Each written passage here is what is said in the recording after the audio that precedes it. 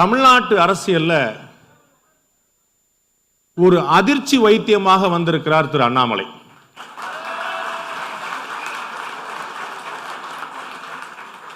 என்ன செய்யறதுன்னு தெரியாம கட்சிக்கு வெளியே பல பேர் முழிக்கிறாங்க, கட்சிக்கு உள்ள பல பேர் முழிக்கிறாங்க.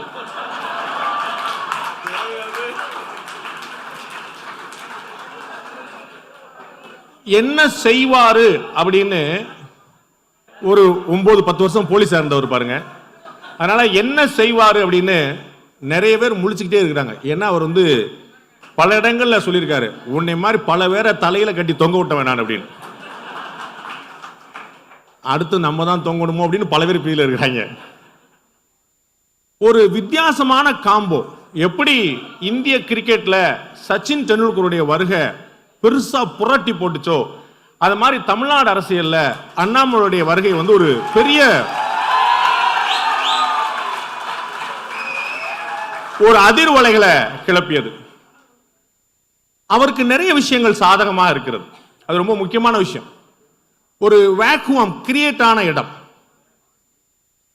அண்ணாமலையா நம்ம முன்னாடி சொல்லிட்டு இருந்த திரு ரஜினிகாந்த் அவர்கள், ஆமா இங்க ஒரு கேப் இருக்கு, தலைமைக்கான இங்க ஒரு இடைவெளி இருக்குது, அதை நான் இட்டு நிரப்புவேன்னு சொன்னார். அவர் இட்டு நிரப்ப முடியாத நிலைமை வந்தபோது ஒரிஜினலா ஒரு அண்ணாமலையே வந்துட்டார். இதோ வந்துடுற.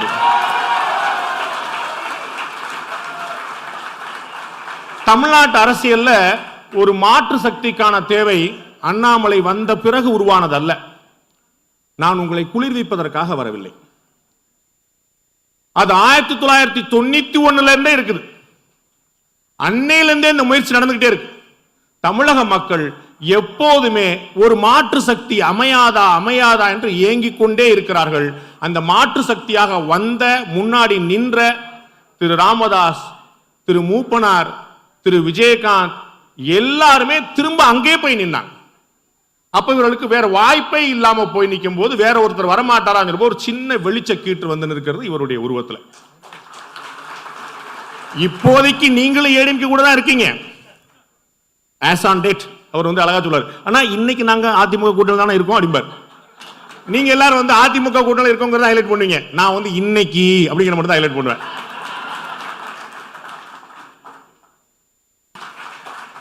சரி, தமிழ்நாட்டில் அப்படின்னா இன்னைக்கு தேதிக்கு என்னுடைய கணிப்புல 2036 தமிழ்நாட்டில் பிஜேபி ஆட்சி.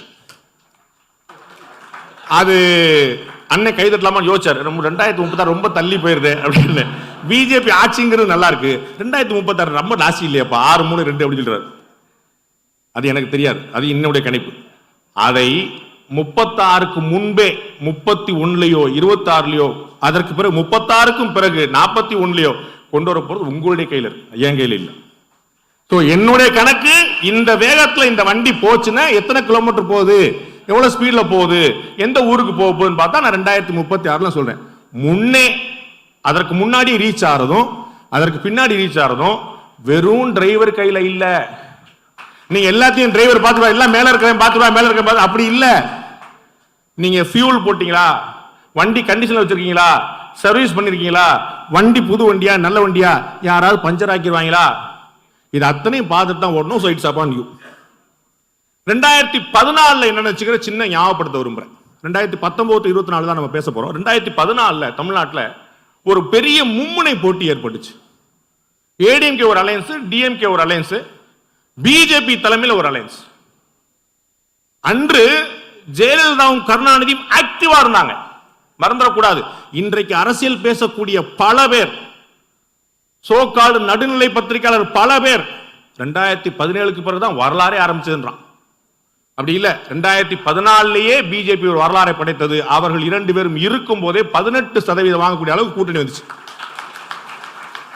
உங்களுக்கு எத்தனை பேருக்கு தெரியும் தெரியல, அதற்கு மூல காரணமாக இருந்த பலர்ல ஒருத்தர் அண்ணன் செல்வி அவர்கள். அவர் சத்தம் காட்டாம நிறைய பேர் அடித்தளம் போட்டதுல ஒருத்தர். எப்பயுமே கட்டடத்துக்கு கீழே இருக்கக்கூடிய அடித்தளம் தெரியாது, மேல இருக்கக்கூடிய பில்டிங் மட்டும் தான் தெரியும். அப்கோர்ஸ் அந்த மாதிரி ஷட்லா வேலை பார்க்கறது தான் சரின்னு வச்சுக்கோங்க. 2014 மும்முனை போட்டி ஏற்பட்டுச்சு. மும்முனை போட்டி ஏற்படும் போது ஒரே திசையில மொத்த காற்றும் வீசி 40 சீட்ல 37 சீட்டு ஏடிஎம்கே அடிச்சாங்க. ஸ்வீப். இன்னைக்கு குஜராத்ல மும்முனை போட்டி ஏற்பட்டுச்சு. ஆம் ஆத்மி கட்சி புதுசா இறங்கி நாங்க தான் ஆல்டர்னேட்டிவ்னாங்க. என்னாச்சு? பிஜேபி ஸ்வீப் அள்ளிட்டு போயிருச்சு. இன்னைக்கு அவங்களுக்கு கூட்டணி ரொம்ப ஸ்ட்ராங்கா இருக்கு. இன்னைக்கு தேதி வரைக்கும் ஏதாவது ஒரு உள்வேலை பார்த்தா தான் உண்டு. ஆனா வாங்கினு சொல்லி ஒரு ஃபோன் 2 பேருக்கு ஃபோன் பண்ணாருன்னா வேற ஏதாவது விஷயங்கள் நடக்கலாம். பட் இன்னைக்கு வரைக்கும் திமுக கூட்டணி 2019 ரொம்ப ஸ்ட்ராங்கா இருந்தது. அதனுடைய பலனை திமுக அனுபவித்தது. ஒட்டுமொத்தமாக 39 தொகுதிகளை அள்ளினார்கள். 2021 அப்படி அடைக்கிட்டாங்க. நம்ம அரசியல்வாதிகள் ரொம்ப முக்கியமா பார்க்கிறது அந்த நெகோசியேஷன் கெபாசிட்டி. திமுக திரு ஸ்டாலினுக்கு, தமிழக முதலமைச்சருக்கு கலைஞரை விட அதிகமான கெபாசிட்டி இருக்குது இந்த நெகோசியேஷன்ல. 6 சீட்டு ஆளுக்கு 6 சீட்டு. நான் விடுதலை சிறுத்தைகள் கட்சி 6, நான் கம்யூனிஸ்ட் கட்சி 6, நான் இடது கம்யூனிஸ்ட் 6, நான் மதிமுக உங்களுக்கு 6 தான். அத்தனை உதயசூரியன்ல தான். நான் கூட்டணி உடைய போதுன்னு நினைச்சேன். அப்படியே சிந்தாம சிதறாமல் வெளியில கொடுத்தது 6, உள்ள கொடுத்தது எனக்கு தெரியாது. நான் சொன்ன ராஜ்யசபா சீட்டை நீங்களா உங்களுடைய கற்பனையை வச்சுக்கிட்டு உங்களுக்கு உங்களுடைய சிந்தனை போக்கு என்னைக்குமே நல்லா. அந்த திங்கர்ஸ் எல்லாம் எப்படியா சிந்திப்பீங்க? 24 சிந்திச்சுட்டே இருப்பீங்களா? அதே மாதிரி இன்னொரு முக்கியமான விஷயம், எப்படி மும்முனை போட்டி ஒரு திசையில் ஒட்டுமொத்த தேர்தலையும் திருப்பி விடுமோ, உட்கட்சி அரசியலும் சில வேறு விதமான பலன்களும் ஹிமாச்சல் பிரதேசம் மாதிரி ஆக்கிடும். ஹிமாச்சல் பிரதேசல வெற்றி பெற்ற காங்கிரசுக்கும் வெற்றி வாய்ப்பு இழந்த பாஜகவுக்கும் 0.9% வாக்கு வித்தியாசம். 0.9, 1% கூட கிடையாது. என்னாச்சு? 5 வருஷம் ஆட்சி பெருசு. இல்லாட்டி ஒரு பெரிய ரெக்கார்ட். நேற்று சாயந்தரம் 6 மணிக்கு கட்சி தொண்டர்கள் மத்தியில் பாரத பிரதமர் நரேந்திர மோடி பேச போனார். அவருக்கு எவ்வளவு பெரிய உற்சாகம் கிடைச்சிருக்கும். ஒருவேளை 2மே வந்திருந்தா 2 ரெக்கார்ட். அவரே முதலமைச்சராக இருக்கும் போது பண்ணாத ரெக்கார்ட் இன்னைக்கு குஜராத்தில் நடந்திருக்கு. ஹிஸ்டரி 40 வருஷமா ஹிமாச்சல் பிரதேசல ஒரு கட்சி திரும்ப ஆட்சிக்கு வந்ததுங்க ரெக்கார்டை பிரேக் பண்ணிருப்பார். Just miss.